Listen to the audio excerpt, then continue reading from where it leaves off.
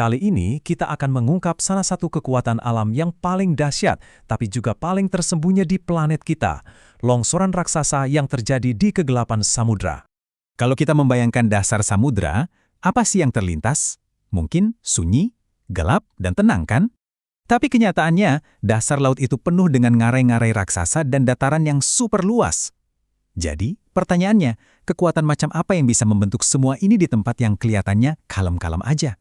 Nah, jawabannya ada di lereng benua. Disinilah sedimen, kayak pasir dan lumpur, itu numpuk selama ribuan tahun. Tumpukan ini stabil, santai, ada pemicunya. Entah itu gempa bumi atau badai besar, yang akhirnya melepaskan longsoran bawah air dengan kekuatan yang luar biasa. Istilah kerennya adalah aliran gravitasi sedimen. Tapi simpelnya gini deh, gravitasi adalah mesin utamanya. Bayangin jutaan ton material longsor dan meluncur ke bawah lereng laut dengan kecepatan tinggi. Semuanya ditarik oleh gravitasi. Oke, sekarang kita bedah lebih dalam lagi ya. Ternyata longsoran bawah air ini nggak cuma satu jenis. Para ahli geologi membaginya jadi 4 tipe utama.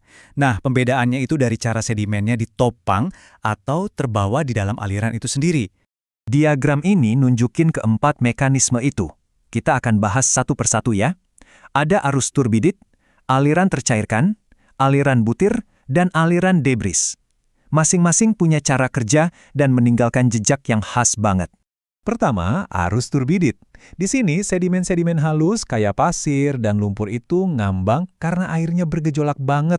Pikirin aja kayak kita ngaduk gula di kopi kencang-kencang. Gula itu kan nggak langsung tenggelam karena adukannya kan? Nah, kayak gitu. Aliran ini bisa super cepat dan bergerak sampai ratusan kilometer jauhnya.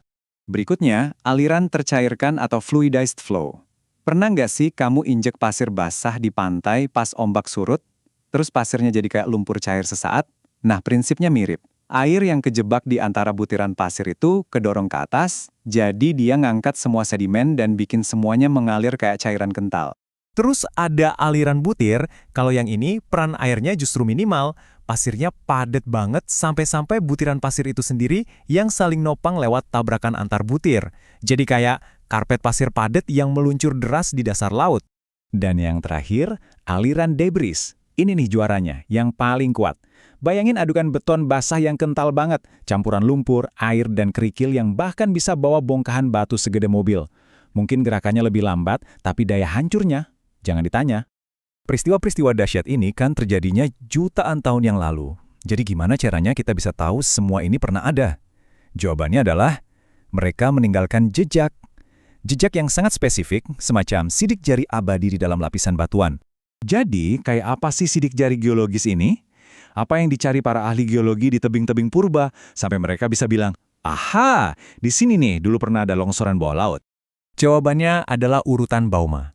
Ini bukan sekedar tumpukan batu biasa, tapi ini semacam buku cerita geologi. Setiap lapisannya itu merekam satu babak dari kisah arus turbidit, dari awal yang penuh energi sampai akhir yang tenang. Yuk kita baca cerita ini dari bawah ke atas. Kisahnya dimulai dari lapisan T. Ini lapisan pasir paling kasar yang diendapkan waktu arusnya lagi kenceng-kencengnya. Begitu arusnya melambat, energinya turun, terbentuklah lapisan TB yang lebih halus dan rata. Energinya turun lagi, arusnya jadi cukup lemah buat ngebentuk riak-riak di lapisan TC. Terus di lapisan TD, cuma material super halus yang bisa mengendap. Akhirnya, lama setelah arusnya berhenti total, debu lempung yang paling halus banget pelan-pelan turun dari air yang udah tenang membentuk lapisan penutup T. Keren kan? Setiap lapisan adalah jejak dari energi yang memudar. Sekarang, coba bayangin proses ini terjadi lagi, dan lagi, dan lagi, di tempat yang sama selama jutaan tahun. Satu lapisan turbidit mungkin cuma beberapa senti tebalnya, tapi kalau jutaan lapisan ditumpuk, hasilnya adalah sebuah struktur geologis yang kolosal.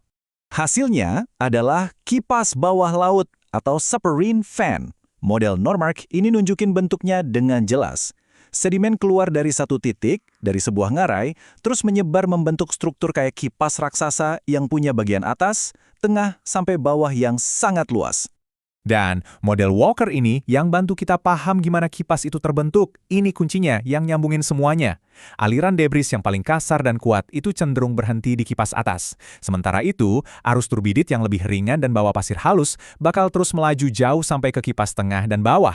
Jadi, jenis alirannya lah yang menentukan arsitektur kipas raksasa ini.